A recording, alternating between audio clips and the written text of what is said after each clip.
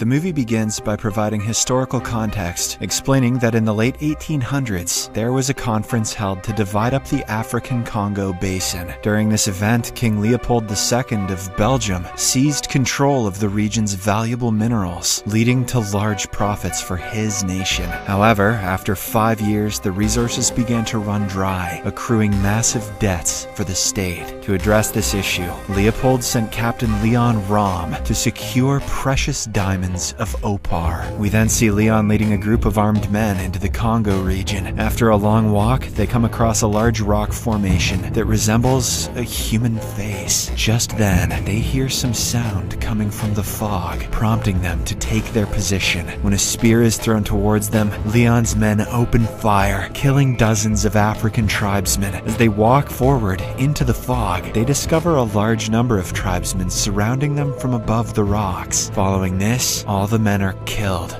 by the warriors, leaving only Leon at last. The tribe leader, Chief Mabonga, shows up and proposes a deal to Leon: diamonds in exchange for a particular person, George of the Jungle. Tarzan. The scene then cuts to England, where the Prime Minister speaks to a guy named John Clayton III, Earl of Greystoke. He is invited by King Leopold to head an expedition to Boma, Congo, as he's considered to be a real Tarzan. However, John politely declines the invitation and walks away. An American envoy named George Washington Williams follows him outside and tries to persuade him to consider otherwise. He explains that Leopold is defaulting on his loans, and a visit from Greystoke would secure Britain's influence in the Congo. Furthermore, George reveals his suspicions that Leopold is enslaving people, and finally persuades John to go to the Congo in order to discover the truth. Following this, we see a flashback of decades earlier, when John's parents survived a shipwreck, but got stranded in the African jungle. John's father kept himself and his pregnant wife hidden in a treehouse. Sadly, she died after giving birth to John. This origin story just doesn't slap as hard without Phil Collins. A few days later, John's father was also attacked and killed by a band of gorillas. The little John was then adopted by the Mangani, a race of apes. When he grew up, John left Africa for Greystoke Estate in Britain with his American wife Jane, and now he has embraced a new life as a wealthy nobleman. Back in the present, John goes to his wife, who is in the midst of conducting a class with a group of children. Later, he privately informs her about the expedition trip, which fills her with excitement. John initially tries to forbid her from accompanying him, as it is not safe. However, he eventually relents when she insists. She's seen those abs. She knows he's a monkey man. The very next day, John, Jane, and George set off on their journey to the Congo. Along the way, they come across a group of lions, and John interacts with them affectionately. Jane then tells George that John has known these lions since they were cubs. After a while, they arrive at Boma, where they are warmly welcomed by the Kuba village, the same place where John and Jane spent their youth. It turns out that Jane's father used to teach English here. The villagers appear to be delighted by their arrival. Jane also reunites with her childhood friend, Wasimbu. Later that night, they gather around a bonfire, and Jane shares John's past with George. She recounts how John adapted to life in the forest and became strong. According to Jane, John's ape mother Kala loved him as her own, whereas his ape brother Akut treated him with kindness and respect. She also reveals how odd their first encounter in the forest was. Legend has it, he threw poo at her. Elsewhere, Leon and his men find out John's whereabouts and take a steamship towards their location. They attack the Kuba village in the middle of the night, hold the chief at gunpoint, and instruct him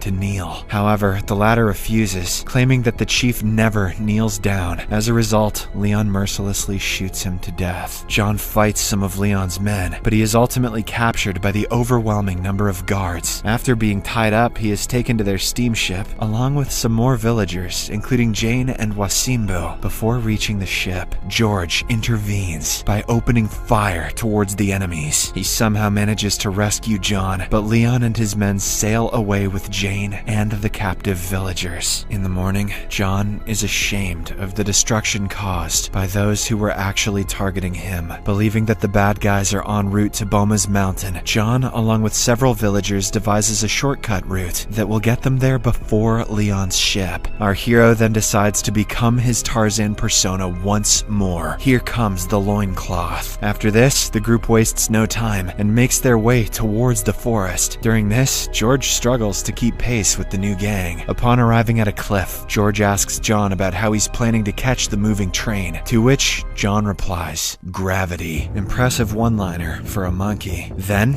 he and his comrades jump off the cliff. George hesitates, but he has no other choice but to follow suit. Meanwhile, on the steamship, Jane tells Leon that they are in the Congo by royal invitation. Much to her surprise, Leon reveals that he was the one who orchestrated the invitation so that he can capture Tarzan and deliver him to Mbonga. Later on, Jane is released from her restraints and is taken to Leon's quarters for dinner. On the way, she passes by Wasimbu, who is caged above the water. A guard threatens to drown him if she tries anything stupid. During this meal, Leon shares his wish to become a governor general by saving his king from bankruptcy. Back in the forest, John carries George on his back, and the team swings from vines at high speed. They land onto the moving train, which is transporting Belgian soldiers and enslaved Congolese. This only fuels John with rage, and as a result, he takes down the soldiers. Just then, the soldiers' leader walks in, but John kicks him off the train in seconds. A short while later, an engineer is brought to them, who swears that he is only building a bridge for Leon's army. Confused, John asks for more details. In response, the engineer tells him about Leon's plan to take over the Congo, sanctioned by Leopold. According to him, Leon is building forts across the region, linked by railways and river travel. They are expecting an army of 20,000 mercenaries, who will all be arriving soon. With Leopold bankrupt, Leon needs the diamonds of Opar to pay for the army. The next day, John and George plan their next moves. Upon gathering the necessary proof to expose Leopold, John and George leave the proof with the Kuba warriors, asking him to deliver it to Boma. The two of them then set off on foot, continuing their journey through Mangani territory. On their way, George wonders if John can actually talk to the animals. Shortly after, he gets a chance to see it happen. A bunch of ostriches pass by them, and one of them is apparently telling George to stay clear. Skarsgård's just staring at the green screen, saying, "I'm talking to what?" After some time, they arrive at Mangani region, where they are confronted by a group of guerrillas. John then explains how things will work. He says that Akut, who was once his brother, now considers him as a deserter. He asks George not to intervene under any circumstances. Following this, a fierce battle ensues between John and Akut, with Akut swiftly overpowering him within minutes. When he approaches George, John instructs him to kneel down. As George complies, Akut and the other guerrillas depart, letting them live. But now, John sustains a painful bite on his back, so George has to use ants for stitching up the wound. The duo then decides to rest in the same area for a while. While sitting by the fire, George confides in John about his past, disclosing that he was once a mercenary himself. He admits to having engaged in a lot of stuff that he's not proud of, and deep down, he fears he might be no different than those Belgians. They make good chocolate though, so it's okay. The following morning on the steamship, Jane shouts something to Wasimbu in his native language. This infuriates the guards, prompting them to drop the cage into the water. Fortunately, Jane jumps into the water as well and breaks Wasimbu out. They swim to the shore and escape into the jungle. Jane instructs Wasimbu to rally the other tribesmen, as she knows that Leon's men will pursue her. A short time later, she enters the Mangani region, where she encounters a group of guerrillas. She promptly kneels and bows in submission. Soon after, Leon arrives with his men. Leon cautiously approaches Jane and asks her to come with her. She agrees, on the condition that they won't hurt the apes. But as they slowly walk backwards, Leon's men open fire, killing several guerrillas. John can hear the gunshots and Jane's screaming from afar. As a result, he immediately swings all the way there, arriving just in time to save his ape brother from a Belgian bullet. Amid the battle, Leon and his inner circle manage to flee, still taking Jane as their hostage. They make their way to Mbonga's tribe. On the other hand, George is wandering around the forest, trying to find John. The scene then shifts to a flashback that explains why Mbonga is so determined to capture Tarzan. Years ago, Mbonga Mabanga's son, unknowingly killed John's foster mother Kala while hunting in the Mangani territory. In retaliation, John brutally killed Mabanga's son as John held a dying Kala in his arms. Mabanga's people brought his son's body back. In the present, John follows Leon and his men into Mabanga's territory, where he is greeted by the entire tribe. He tries to sort things out with Mabanga, but the latter isn't ready to hear anything. A one-on-one confrontation that ensues between John and Mabanga. Soon after, John gains the upper hand, holding Mabanga at knife point, prompting the entire tribe to encircle him. However, John is not alone, as Akut shows up with several guerrillas behind him. Moments later, George also arrives and enlightens Mabanga about Leon's sinister plan. He asserts that Leon is their actual enemy and not John, as Leon intends to wipe out Mabanga's entire tribe in order to capture the land. This revelation